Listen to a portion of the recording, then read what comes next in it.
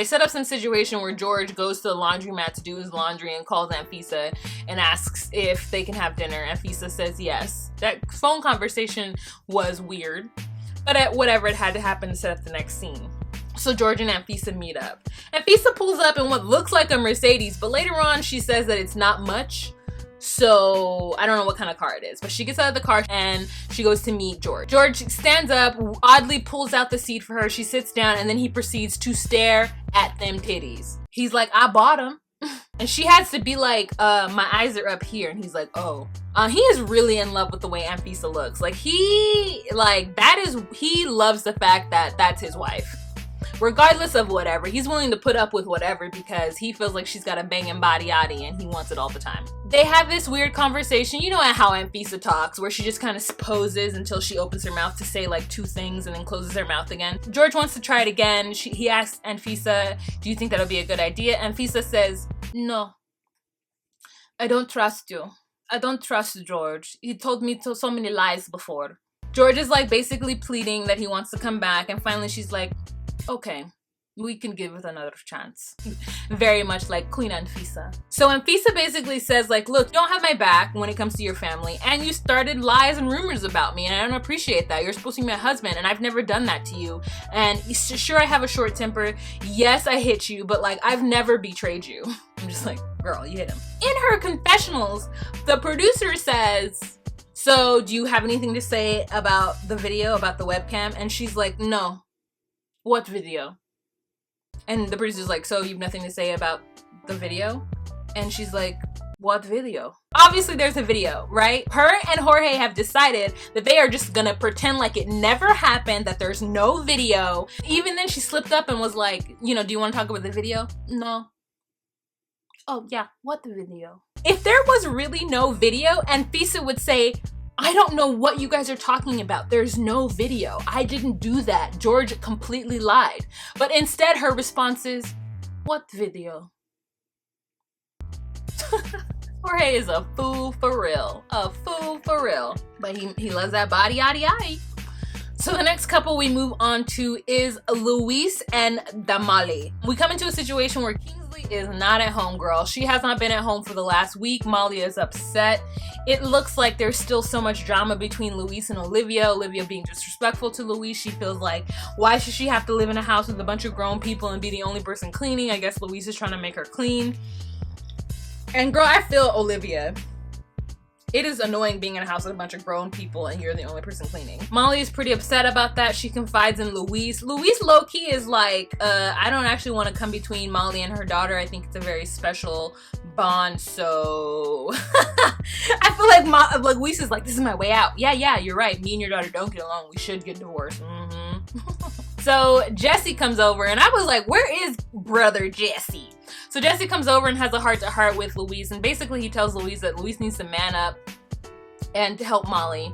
And Luis is like, you know what? I'm trying, but basically I don't understand what I'm a young guy and I did not sign up for this. I did not know what I was getting myself into, and I needed to exit stage left. I don't want to come in between Molly and Olivia, and I don't want to be around Olivia and Kingsley. So it is time for me to go. Low key is what his eyes are telling us. Jess is like, man, brother, you just need to like be there for my sister. You know, I think you're a great guy. And Luis actually really does like Jesse, and Jesse really does like Luis. It's just not gonna work out. It's not gonna work out. So later on in the episode, Molly and her homegirl hop in the car and go down to Matthew's house. So Olivia has been staying with her boyfriend. Now Olivia is 18 years old, but I believe she's still in high school. So Molly has the right to go over there and get her. She goes over there and gets her because Olivia's not really responding to her phone calls or her texts, and she's kind of over it. She doesn't want to be in front of the cameras, like she's done. So they show up at Matthew's house. The friend Cynthia tries to like be a liaison between them because she knows them and knows their relationship and has known them for a very long time. Molly is just like, basically she's like, I just wanted to talk to you. I just wanted to see you. Olivia is all the way over it. She's just like, no, like I'm not into that. You know, it's really hard for me to talk to you. I miss you. We don't have the relationship that we had anymore. And you put Luis in front of me and like, I don't want to live there with him. Like, I'm not cool with it. And Molly is just done, actually. It feels like this is the tipping point for her, and that she realizes she's gonna lose everything that she's built and had with her daughter over Luis, and it honestly isn't worth it to her. Personally, I feel Olivia, and I think that the fact that she doesn't want to live there anymore and be in front of the cameras and be around Luis, like, makes complete sense. And she's 18, so she can move out, and she has the right to, and, you know, it is what it is. Like, Molly's gonna have to choose. And Molly should choose her daughter. In fact, she should have chose her children from the very, very beginning, but she really wanted love, and she thought she found it in Luis, and it was misplaced, and it was the bad choice made on camera, you know? I still support the Molly, though. So next we have Paola and Russ. Some of you guys do not like Paola and Russ. You guys think that they're really boring, and you don't understand why they're still on this show.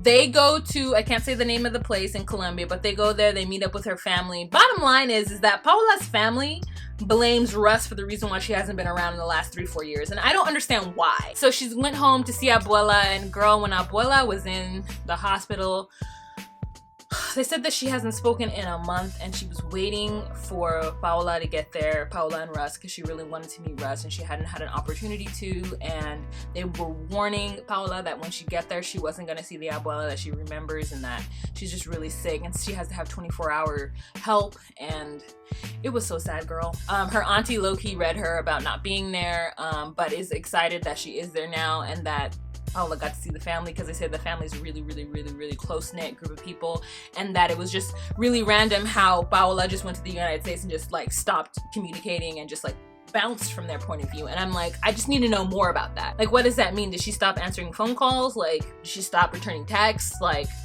what did she do? The fact that they blame Russ for the fact that she hasn't really seen them, because it doesn't seem like he would be somebody to stop her from seeing her family.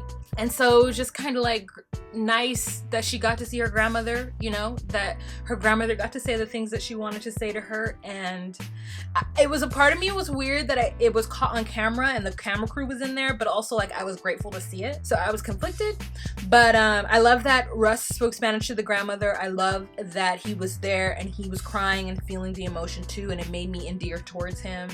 And yeah, so that was a really touching moment. Later on, Paola is like walking around the city of Barra, I can't say the rest of it. She runs into like a biker gang that she used to know when she was 16 years old, and it seems impromptu. It might not have been, but if it was impromptu, it was really exciting. And she was so excited to meet her friends that she hadn't seen in forever, and she never expected to see them. She hops on the back of the bike, she gets Russ on the back of a bike, she introduces him as her husband. You know, her friend is like, you know what, Paola was always the kind of person who said she wanted to travel and see the world and go to other countries, and she actually did it. And it's actually really exciting to see that this is how her life is turned out. So she gets on the bike, they go around, it's fun. Russ is feeling inadequate AF, and he is uncomfortable. Now, I don't know how old Russ and Paola are, but if she dated this guy when she was 16 and it didn't work out, what the F does it matter that that was her ex? Like, I don't understand couples and needing to know everything about their ex relationship. Who cares? It's over for a reason. It's done, especially that long ago. Like, yeah, like, he was just feeling really inadequate and said that he felt like he couldn't trust her because she didn't like say, oh, this is my ex-boyfriend from when I was 16. Why do you need to know that? It's unnecessary information. She married you and moved to the United States and is living an entire life. You think that she's gonna keep up with him on the low and then move back to that town? What? She wants to be a model in the US, Russ. She's here with you, like, done.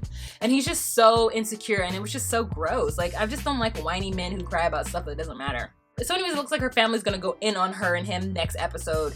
And, you know, I'm here for it. I wanna see what happens. All right, you guys, so that is the end of my recap / review of 90 Day Fiancé. Please, let's have this conversation down below. Let me know what you guys think. Don't forget to like and subscribe to this channel. So many of you guys aren't subscribed. Go on ahead and subscribe. I don't know what's stopping you. Do it. Subscribe. Hit that notification bell. I never say any of these things, so this is just me trying to, like, keep up with what everybody else is doing on YouTube. If you like what I do here on this channel and you'd like to consider becoming a Patreon patron, please click the link down below. And that's it. Remember to be you, be true, and find your place. Bye.